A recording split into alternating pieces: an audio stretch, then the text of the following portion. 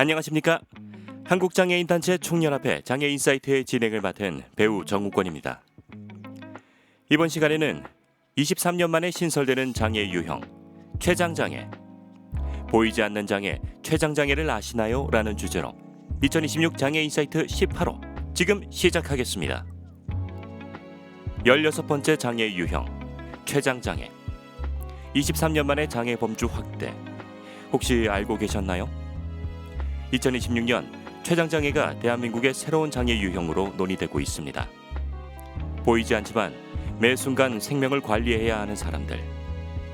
오늘은 새롭게 주목받고 있는 췌장장애 이야기를 전해드립니다. 장애인이란 개념은 이제 낯설지 않습니다. 보건복지부에 따르면 우리나라 등록장애인은 약 262만 8천 명, 전체 인구의 약 5.1%입니다. 우리는 흔히 장애를 떠올리면 휠체어, 시각장애 등 겉으로 드러나는 장애를 먼저 생각합니다. 하지만 눈에 보이지 않는 장애도 존재합니다. 바로 내부 장애입니다. 췌장은 혈당 조절과 소화 효소 분비를 담당하는 중요한 기관입니다. 하지만 만성 췌장 질환이나 췌장 절제 등으로 기능이 상실되면 혈당 조절이 어려워지고 생명 유지에도 큰 영향을 미칠 수 있습니다. 정부는 이러한 기능 손상을 단순 질환이 아닌 기능적 장애로 보기 시작했습니다.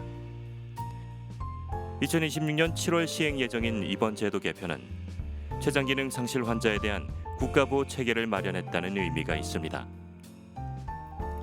혈당 관리는 생존의 문제입니다. 특히 일형 당뇨병 환자들은 하루에도 여러 차례 혈당을 확인하며 살아갑니다. 식사 전, 운동 전, 잠들기 전까지 혈당 수치에 따라 저혈당 쇼크나 고혈당 합병증 위험이 발생할 수 있기 때문입니다. 환자들은 지속적인 인슐린 치료와 평생 관리가 필요합니다.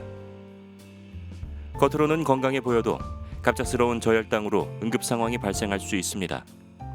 특히 일형 당뇨는 소아 청소년기에 발병하는 경우가 많아 가족의 돌봄 부담과 경제적 부담도 큽니다. 하지만 그동안은 장애로 인정받지 못해 지원의 사각지대에 놓여 있다는 지적이 이어져 왔습니다.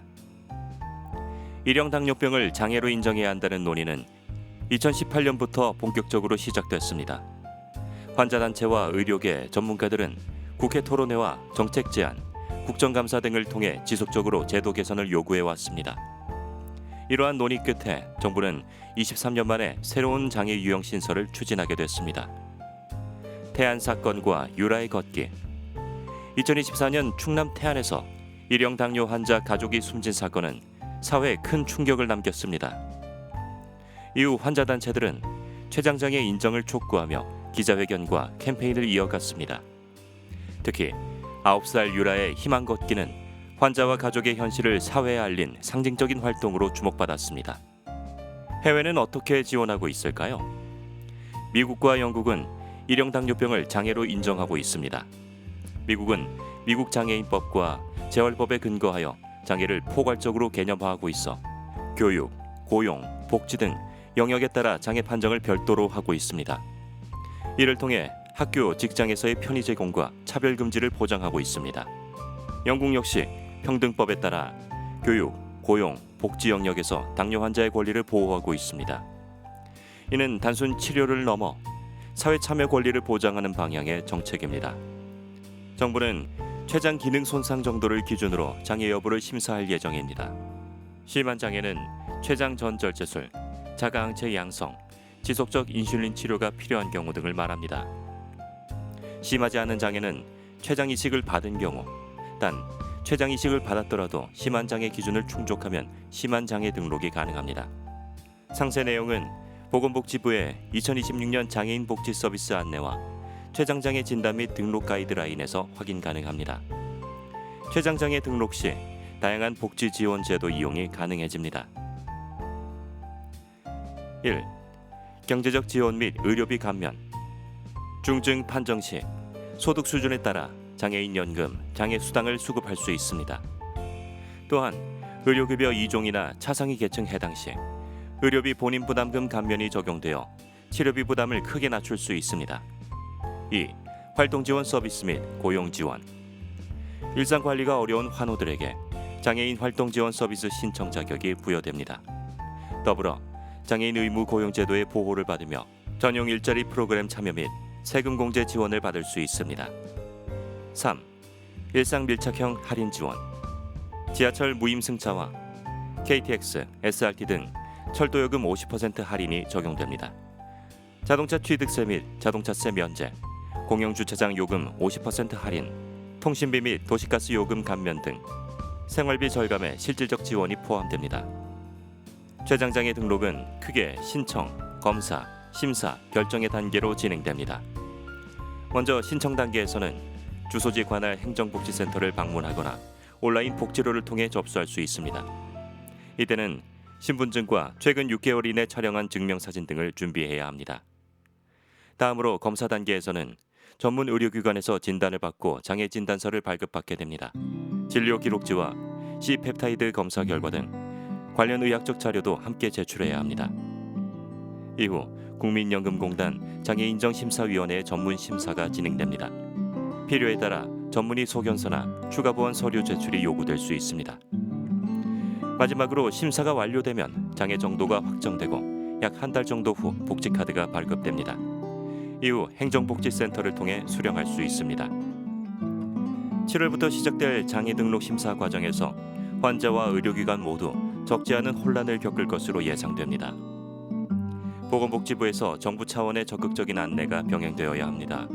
특히 초기 등록 과정에서 발생하는 행정적 병목 현상에 대해 의료 현장과 환자들의 목소리를 실시간으로 반영할 수 있는 방안이 있어야 합니다.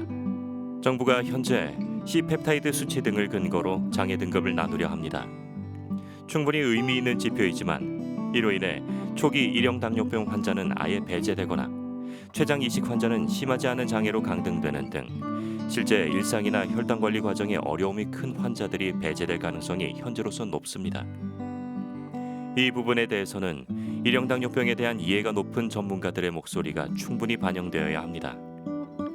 췌장 장애 인정은 말 그대로 국가로부터 일형 당뇨병 등이 췌장에 발생한 평생 회복 불가한 손상임을 공식적으로 인정받은 것입니다. 소아 청소년기에 발병한 경우 성인이 되어서 증상이 개선되지도 않고 관리의 난이도는 여전합니다. 하지만 현재 인슐린 펌프나 연속 혈당 측정기 등에 대한 건강보험을 통한 지원은 18세가 넘으면서 급격히 줄어들어 합리적인 개선이 필요합니다. 또한 이들 의료기기에 대한 현금급여가 아닌 현물급여로의 전환, 환자 교육에 대한 수가 인정 등을 통해 환자들이 의료기기 사용법을 병원에서 체계적으로 교육받아 정확히 사용할 수 있도록 제도 개선이 필요합니다. 많은 환자들은 이런 말을 자주 듣습니다. 겉으로는 멀쩡해 보이는데 왜 장애로 인정받아야 하지? 하지만 내부 장애는 눈에 보이지 않을 뿐 일상 전체에 영향을 미칠 수 있습니다. 중요한 것은 겉모습이 아니라 실제 삶의 어려움을 이해하는 일입니다. 어떤 어려움이 있는지 이해하려는 관심이 필요합니다. 신설된 췌장장애 등록 제도는 낙인을 위한 제도가 아닙니다. 보이지 않는 기능 손상과 지속적인 치료 부담을 사회가 공식적으로 인정하기 시작했다는 의미에 가깝습니다. 16번째 장애 유형, 췌장장애. 이 변화는 단순한 행정 절차가 아니라 보이지 않는 어려움을 사회가 이해하기 시작했다는 의미일지도 모릅니다. 장애는 눈에 보이는 모습만으로 판단할 수 없습니다. 누군가의 삶을 이해하는 일은 관심에서 시작됩니다. 이번 제도가 오랫동안 사각지대에 놓여 있던 환자와 가족들에게 실질적인 도움이 되기를 기대합니다. 이상 오늘의 장애 인사이트를 마치겠습니다. 이번 주제는 지난 콘텐츠에서 진행한 주제 추천 이벤트를 통해 선정된 이야기였습니다. 장애 인사이트는 장애 관련 이슈와 제도, 그리고 우리 사회의 다양한 이야기를 함께 고민하고 나누는 콘텐츠입니다. 여러분의 궁금증과 관심이 다음 콘텐츠의 시작이 됩니다. 앞으로 장애 인사이트에서 다뤘으면 하는 주제나 공감되는 이야기, 추가로 나누고 싶은 의견이 있다면 댓글로 자유롭게 남겨주세요. 여러분의 목소리를 바탕으로 더 깊이 있는 장애 이야기를 전해드리겠습니다. 감사합니다. 지금까지 목소리 출연의 배우 정우권이었습니다.